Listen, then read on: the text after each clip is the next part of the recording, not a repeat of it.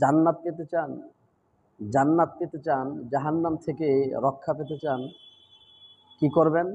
কি আমল সেই আমলটি, যে আমলটা করার মাধ্যমে জান্নাতে যাওয়া যাবে, জাহান্নাম থেকে রক্ষা পাওয়া যাবে, জাহান্নাম আপনার মাঝে এবং আপনার এই বাচ্চাদের মাঝে পর্দার অন্তরাল হয়ে যাবে।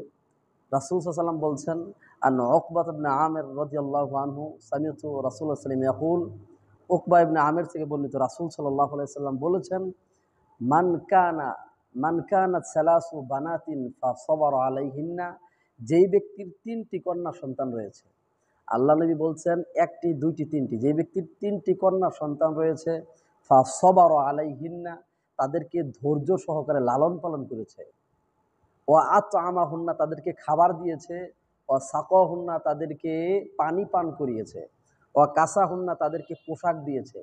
রাসূল সাল্লাল্লাহু আলাইহি সাল্লাম বলছেন, মিন জিদাতি, সামর্থ্য অনুপাতে, কুন্না লাহু হিজাবাম মিনান নার, এই কাজটি করার মাধ্যমে ওই কিয়ামতের দিন ওই বাচ্চাগুলো আপনি বাবাকে জাহান্নামের অন্তরাল করবে, যদি জাহান্নামী হন।